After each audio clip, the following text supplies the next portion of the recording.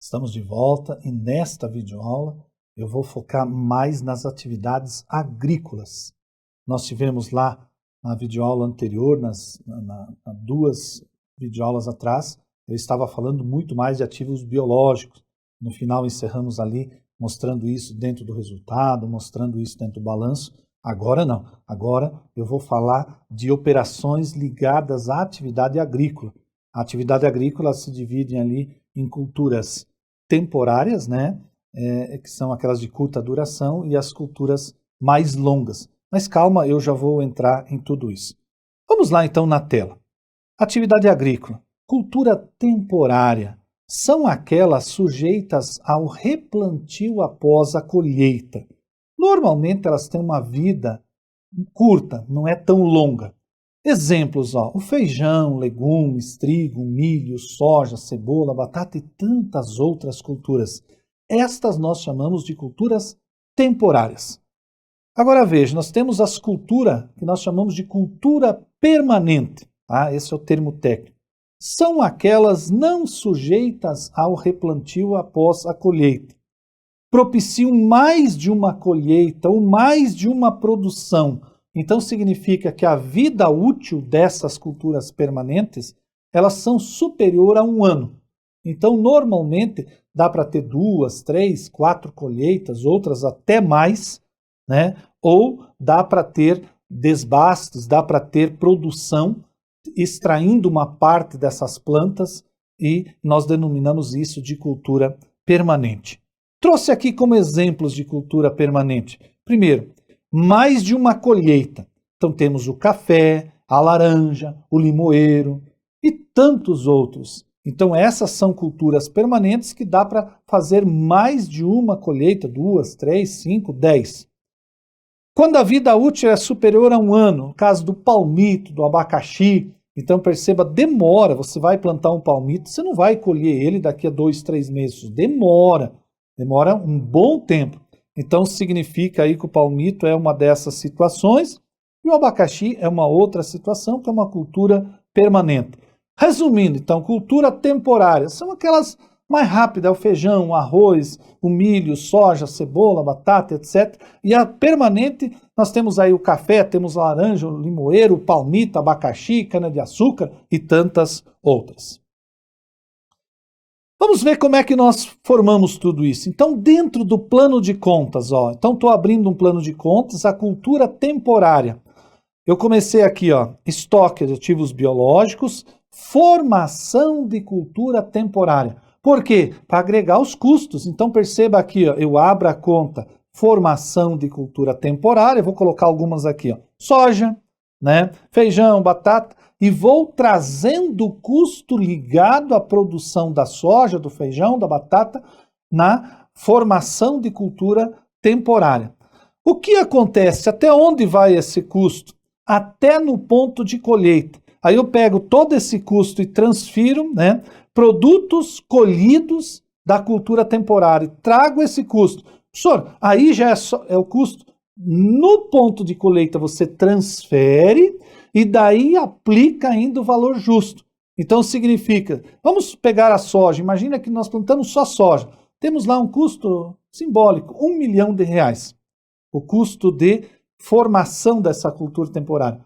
Aí, no ponto de colheita, eu transfiro isso para produtos colhidos, 1 milhão, e vou medir essa soja a valor justo, avaliar a valor justo, mensurar a valor justo. Vamos supor que o valor justo, já deduzido a despesa de venda e tributo sobre venda, seja de 1.200.000. Opa, o meu custo foi 1 milhão, o valor justo é 1.200.000, aí que eu vou aplicar a mais-valia, como mostrei lá atrás, e reconhecer também essa mais-valia e não somente o custo de formação. A cultura permanente, ela é um pouquinho diferente. Então perceba que no plano de contas eu classifico ela dentro do imobilizado, tá? Coloquei ali cultura permanente, tá? E aí vou abrir aqui algumas, cafeicultura, laranjeira e coloquei aqui o limoeiro.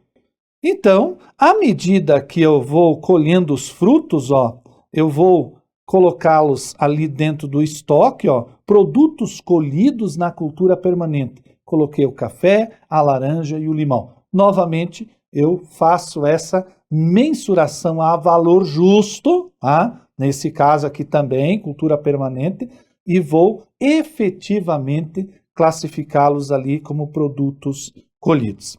Vamos em frente que tem mais detalhes sobre a atividade agrícola. Vamos mostrar aqui, cultura temporária. Todos os gastos que eu tenho com semente, adubo, mão de obra, eu estou colocando valores aqui só para a gente entender melhor. Eu vou, pelo custo histórico, eu vou classificando ele no ativo biológico, formação de cultura permanente. Coloquei ali, vamos imaginar que seja soja nesse nosso caso. Então eu tenho R$93 mil. Eu fui formando pelo meu custo. Até que momento eu vou formando o custo? Até o ponto de colheita.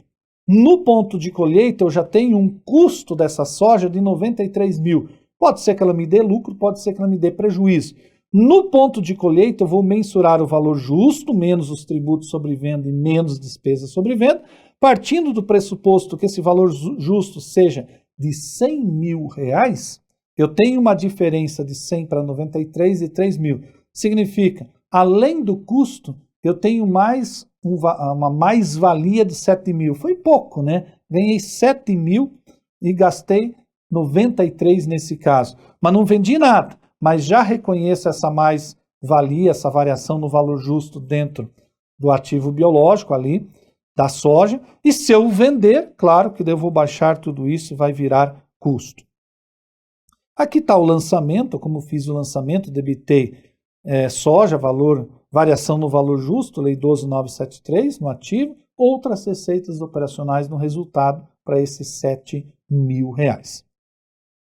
Aqui vem uma constatação. A maioria das culturas temporárias, a colheita e a venda é simultânea, junto. Se isso acontecer junto, aí diz, veja o que diz aqui um livro do Rodrigues aqui, Contabilidade Rural, ó, abre aspas. Embora o CPC, o Comitê de Pronunciamentos Contábeis, determine o método de contabilização ao valor justo, na prática, a cultura temporária, não é muito usado esse método, tendo em vista que as culturas temporárias são apuradas muito rapidamente, em média aí de 4, 5, é que ele fala em 6 meses.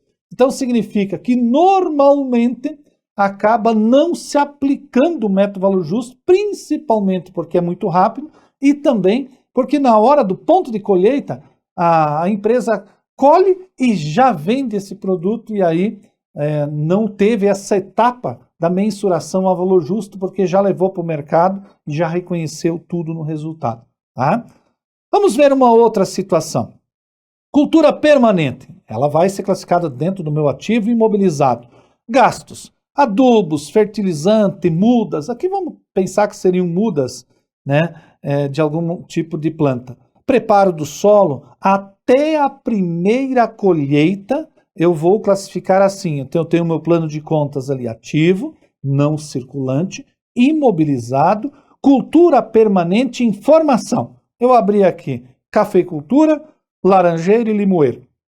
Atribuir valores a eles. Veja, até a primeira colheita, eu vou agregando o valor incorrido, o gasto, pelo regime de competência, e vou formando, tá? Então, estou formando aqui uma cultura permanente do café, da laranja e do limão.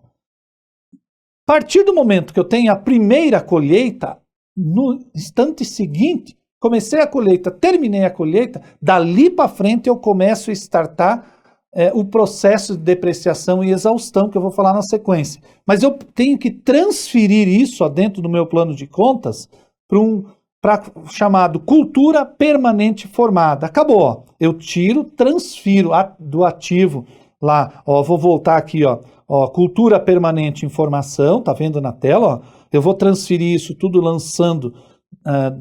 lançamento de transferência, ó, transferir tudo isso para a cultura permanente formada. Acabou. Agora eu não tenho mais informação. Dali para frente, gastos eventuais que eu vou tendo vão para o resultado, não ativo mais, porque já foi formada, e também agora eu começo o processo de depreciação. Como é que é feita a depreciação? É muito simples. Cada cultura, quem trabalha com esse tipo de cultura, ele já sabe, o café, qual é a vida útil dessa plantação de café? É 10 anos, 8 anos, 12 anos, 5 anos? Eu vou apropriar a depreciação pela vida útil. Essa vida útil eu posso mudar, né, dali para frente, passa 1 ano, 2, de repente a empresa fala, nossa, está se deteriorando muito rápido, eu acho que daqui a 2, 3 anos vamos ter que replantar tudo. Eu posso mudar, posso adotar outras taxas de depreciação. Claro que isso tem que cuidar para, se você for lucro real, para adicionar no Elalur e excluir na parte A e parte B do Elalur, tá? Por quê? Porque para efeitos fiscais eu tenho as taxas definidas pelo Fisco Federal. Contabilidade, ela não segue necessariamente as taxas do fisco, porque ela vai se trabalhar efetivamente em cima da vida útil efetiva de cada uma dessas culturas permanentes. Ainda quanto à cultura permanente, sempre tem dúvidas. As pessoas me perguntam, professor, para quais culturas permanentes eu aplico a depreciação e para quais culturas eu aplico a exaustão? Tem a depreciação e exaustão. A cultura permanente que produz frutos, você lança cotas de depreciação. Então temos aqui exemplo, o café é um fruto, laranja, limão. Para estas situações que produzem frutos, eu vou lançar cotas de depreciação.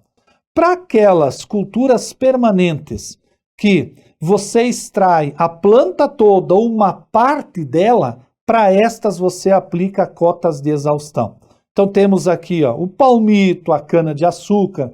Para estas eu aplico cotas de depreciação, porque a cana não é um fruto propriamente dito. Eu lá corto a cana e ela cresce de novo e efetivamente então eu extraí uma parte da planta. O palmito, eu vou lá, corto o palmito, extraio o palmito. Então significa para estas culturas eu lanço a exaustão.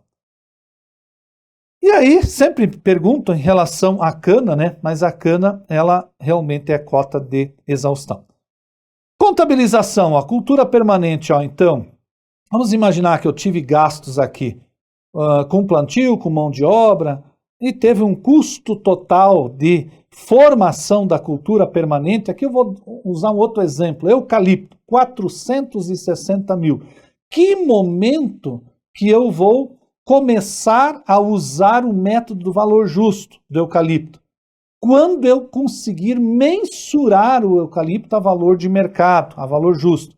Então vamos imaginar que chegou um determinado momento que o eucalipto já cresceu, agora eu já posso fazer uma média de tudo que eu plantei de eucalipto e eu já tenho um mercado ativo. Se eu quisesse, eu poderia até vender aquele eucalipto. Ah, já tem? Ali estanca o método do custo, e dali para frente todos os gastos vão para o resultado, e dali para frente eu começo a medir periodicamente, mensurar, medir o valor justo dessa plantação de eucalipto e vou levando para o resultado mais e menos valia e acrescentando o valor desse valor justo no eucalipto. Mais ou menos assim, ó.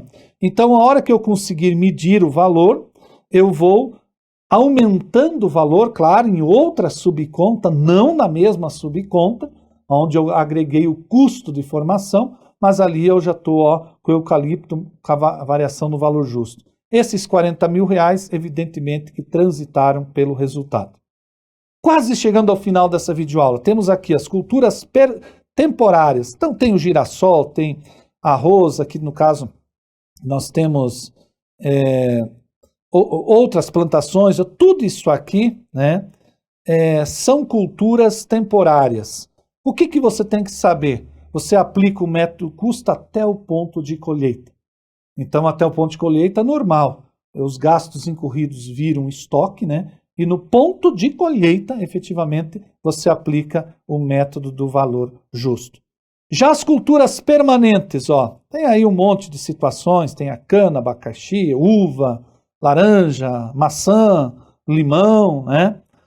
Como é que eu faço? Aplico o método custo até a primeira colheita. Dali para frente, acabou o método custo, dali para frente eu aplico o valor justo, inclusive começando o valor justo para os produtos agrícolas, evidentemente. E para as culturas, no caso o limoeiro, etc. tal, eu vou aplicando a depreciação dali para frente. Com isso, encerramos essa videoaula, concluímos, mostrando para você diversas situações. Sempre eu procuro trazer exemplos, mostrando. É claro que teríamos muito mais exemplos, imagina, poderíamos entrar aqui em outras culturas, poderíamos mostrar outras realidades, mas com isso dito, nós encerramos essa videoaula e tem muito mais coisa pela frente. Fique ligado, vá se esforçando, vá investindo no seu conhecimento, que amanhã você pode ter uma oportunidade e você dependeria de ter fixado bem esses conceitos e às vezes você não aproveitou. Então fica a minha recomendação, vale a pena, estou à tua disposição para dúvidas que você tiver. Um grande abraço e nos vemos na próxima videoaula.